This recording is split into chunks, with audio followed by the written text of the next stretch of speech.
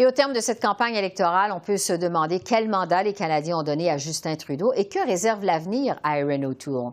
J'ai analysé les résultats de cette élection fédérale un peu plus tôt cette semaine avec le sondeur Jean-Marc Léger. Bonsoir Jean-Marc. Oui, bonsoir. Bon, chaque fois qu'on s'est parlé pendant la campagne électorale et même avant son déclenchement, vous nous avez toujours dit qu'on s'acheminait vers un copier-coller de 2019. Finalement, vous avez eu raison. D'ailleurs, si on compare vos plus récentes prévisions, 3 jours avant le vote, aux résultats de lundi soir, vous avez visé dans le mille, je dirais, avec 99 % de précision. Je vous demanderais d'abord comment vous interprétez ces résultats de lundi soir. On est fiers de la précision des résultats, mais c'est une élection un peu plus facile parce que durant les 2 dernières semaines, l'intention de vote s'est relativement maintenue. Vous savez, il y a 2 semaines, j'étais à 33-33 en termes d'intention de vote. Une semaine avant, à 32-32, j'ai terminé à 33-32. Vous savez, ça a été quand même relativement calme. D'habitude, dans une élection, il y a un mouvement qu'on ne réussit pas à aller chercher. Cette fois-ci, c'était le vote du PPC de Maxime Bernier. On se demandait, est-ce qu'on mesure véritablement la montée du PPC? Bon, la réponse, c'est oui. Il y a beaucoup de gens de PPC qui n'ont pas été votés. Mais c'est une élection, quand même une copie, comme vous disiez, de 2019. J'étais à TVA, moi, le soir des élections. On se demandait pourquoi on ne repasse pas le tape de l'élection de 2019 au lieu de commenter. C'est la même chose. Vous dites, bon, ça a été relativement calme. Est-ce que vous avez eu des surprises lundi soir? Bien, les surprises, c'est qu'il n'y a aucune surprise. Vous savez, c'est assez fantastique que 2 ans après avoir été élu, on a vécu une crise économique, une pandémie, puis il n'y a rien qui a changé. Et surtout que l'électeur est un peu frustré. Vous aviez 69 % des électeurs qui étaient insatisfaits que le premier ministre a déclenché l'élection. 69 % Par contre, de l'autre côté, les Canadiens étaient très satisfaits de la gestion de la pandémie. Ouais. Donc, pour eux, c'est une gestion de risque. Là. Est-ce qu'il y a un risque de changer de gouvernement? Les gens se sont dit oui, on est dans une période difficile, vaut mieux y aller pour ce qu'on connaît. Oui, parce que, justement, Justin Trudeau voulait, en déclenchant l'élection, donner la chance aux Canadiens de s'exprimer sur la façon de se sortir de la pandémie. Mais finalement, bon, vous le dites, on arrive à un résultat qui est à peu près semblable à celui de 2019. Est-ce que Justin Trudeau a un mandat clair, un mandat différent de celui de 2019? En d'autres mots, qu'est-ce que les Canadiens ont dit à Justin Trudeau lundi soir? Vous savez, la 3e élection, c'est la plus difficile à gagner, là, parce que ça fait 6 ans, il y a eu 2 élections. Il ne peut pas arriver avec de la nouveauté. Même si les résultats sont identiques, les conséquences ne sont pas identiques. C'est une victoire personnelle de Justin Trudeau. J'entends les médias critiquer. Non, c'est exceptionnel ce qu'il a gagné. Gagner un 3e mandat au Canada, c'est extrêmement rare. Et aujourd'hui, l'avantage qu'il a, c'est qu'il n'y a personne dans les partis d'opposition qui va oser demander des élections. Fait que moi, je pense que c'est au moins pour 3 ans, si ce n'est pas 4 ans avec ce même gouvernement-là. Fait qu'il a beaucoup plus d'espace pour manœuvrer. Puis surtout que la population a dit, on est satisfait de ce que vous faites au pouvoir, mais avec surveillance, sous surveillance. Parce que quand on le vote minoritaire, on lui donne pas, dans le fond, l'ensemble du contrôle, mais il y a quand même beaucoup d'espace qu'il n'avait pas avant. Imaginez, pensez-vous que les conservateurs vont s'en aller dans l'élection? Non, ils vont avoir des problèmes existentiels. Le NPD, avec ses 25 sièges, pas plus. Le Bloc, il a passé de justesse parce que les Québécois ont été offusqués dans la campagne, sinon ça aurait été plus difficile. Fait que M. Trudeau, aujourd'hui, a beaucoup plus de pouvoir, de capacité de changer les choses qu'avant les élections. Bon, vous parlez des conservateurs. Justement, pour ce qui est d'Erin O'Toole, il a récolté un score qui est à peu près semblable à celui d'Andrew Scheer en 2019, mais à cette élection-ci, il y a le Parti populaire de Maxime Bernier qui a eu une meilleure performance qu'en 2019. Quelle lecture devraient faire de ça les conservateurs? D'abord, M. O'Toole est allé chercher 6 points vers le centre et il a perdu 6 points vers sa droite, ou 5 points vers sa droite au PPC. Donc, il a centré son parti, mais il a perdu un certain nombre de votes d'un autre côté. Fait que le pire ennemi de M. O'Toole était Maxime Bernier. Si Maxime Bernier n'avait pas été là, aujourd'hui, on parlerait d'un gouvernement conservateur. Et ça, donc, c'est quand même majeur comme constat. La question, c'est qu'il y a beaucoup de gens qui disent qu'il n'aurait pas dû se centrer, il aurait dû rester aussi à droite que le parti l'était. À mon avis, ce serait une erreur. Et ce serait une erreur encore plus profonde s'il changeait de chef. Parce que les chefs, s'ils sont jetables à chaque élection, ce parti-là va rester dans l'opposition pour les 10 prochaines années, là. Donc, ils sont beaucoup mieux de bâtir sur ce qu'ils ont fait, parce que l'image du Parti conservateur est supérieure aujourd'hui, même s'il n'y a pas plus de votes, même s'il n'y a pas plus de sièges. C'est un choix des électeurs du Parti conservateur ou des membres, mais en bout de ligne, les électeurs veulent de la stabilité, surtout en période de pandémie. Là. On se lance dans une autre course à chefferie, là. Je vous garantis que ça donne l'espace au Parti libéral. Oui, on verra l'impact de ces résultats sur l'avenir politique de Erin O'Toole. Toujours sur les conservateurs, quand même, leur campagne, on le sait, a bien commencé. Vous le constatiez d'ailleurs dans les sondages. Et puis, tout à coup, ils ont perdu, je dirais, leur momentum. Est-ce qu'on sait à quel moment précis les conservateurs ont perdu leur élan dans la campagne? Est-ce qu'on peut identifier un moment décisif? 2 septembre, 9 h. Est-ce que c'est assez précis, Esther? C'est très, très précis. C'est le début du débat en français. Le face-à-face. Exact, le face-à-face à TVA. Ce qui s'est passé, là, c'est qu'au début de la campagne, les gens étaient frustrés contre le gouvernement Trudeau. Le gouvernement Trudeau a perdu son avance de 5 points qu'il avait et les conservateurs ont commencé à marquer des points. Il y a eu un moment magique où le Canada s'est dit, est-ce que je veux d'Erin O'Toole et de son équipe? Et il a bafouillé, il a reculé, il y a eu des positions qui n'étaient pas claires sur les garderies au Québec, sur les armes à feu, sur un certain nombre d'enjeux, même sur l'avortement, où déjà ça laissait l'espace à de l'ambiguïté et on s'apercevait que c'était sa première campagne électorale. Il n'a pas été assez affirmatif, il a essayé de couler avec les événements et là, les Canadiens se sont dit, ah, je ne suis pas certain. Ça a démarré au débat en français parce qu'il s'est fait attaquer à ce moment-là, ça s'est poursuivi au débat en anglais puis il n'a jamais réussi à se relever de ces attaques-là durant la campagne. S'il y avait une deuxième campagne, il serait beaucoup plus expérimenté. Il verrait ces coups-là venir d'avance. Je veux vous entendre sur la différence entre les villes et les régions, parce que quand on regarde les résultats, on constate des différences quand même marquées entre le vote dans les régions urbaines et celui dans les régions rurales. Qu'est-ce que vous en avez pensé?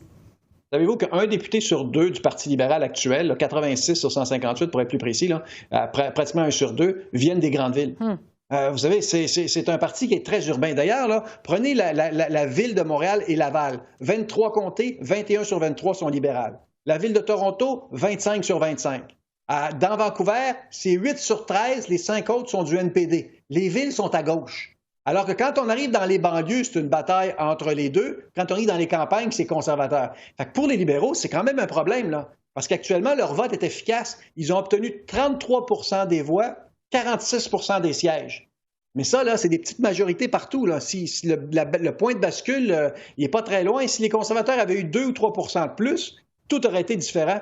Fait que les libéraux ont besoin de se rapprocher des banlieues et des campagnes, mais les conservateurs ont besoin de rentrer en ville. Là. Ils ont besoin de moderniser leur image et d'attirer des gens du centre. Chacun a ses défis au lendemain des élections.